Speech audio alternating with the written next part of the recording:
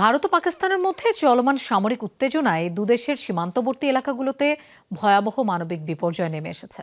দুই দেশের গোলাগুলি ও ড্রোন হামলায় প্রাণ হারিয়েছেন প্রায় অর্ধশত মানুষ। ধ্বংসস্তূপে পরিণত হয়েছে অসংখ্য ঘরবাড়ি। ক্ষতিগ্রস্ত হচ্ছে সাধারণ মানুষের জীবন জীবিকা।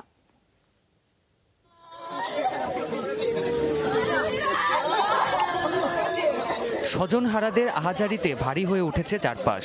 এই দৃশ্য ভারত নিয়ন্ত্রিত জম্মু কাশ্মীরের। পাকিস্তানি হামলায় নিহতদের পরিবারে চলছে শোক আর আহাজারি। গেল দুদিনের হামলায় দুই দেশের সীমান্ত এলাকায় ব্যাপক ক্ষয়ক্ষতি হয়েছে। সীমান্তের ভারতীয় অংশের সামরিক ঘাঁটির পাশাপাশি ক্ষতিগ্রস্ত হয়েছে বিভিন্ন বেসামরিক স্থাপনাও। এতে হতাহত হয়েছেন বহু বেসামরিক নাগরিক। পাকিস্তান সাধারণ মানুষের উপর হামলা করেছে। তাদের ছোড়া একটি বড় গোলা এই আবাসিক এলাকায় এসে পড়েছে। পুরো বাড়িটি ধ্বংস হয়ে গেছে। আশেপাশের বাড়িঘরও ক্ষতিগ্রস্ত হয়েছে। হঠাৎ করে বিকট শব্দ শুনি, মনে হচ্ছিল কিছু একটা সরাসরি আমাদের উপর এসে পড়তে যাচ্ছে। একই চিত্র পাকিস্তান অংশেও।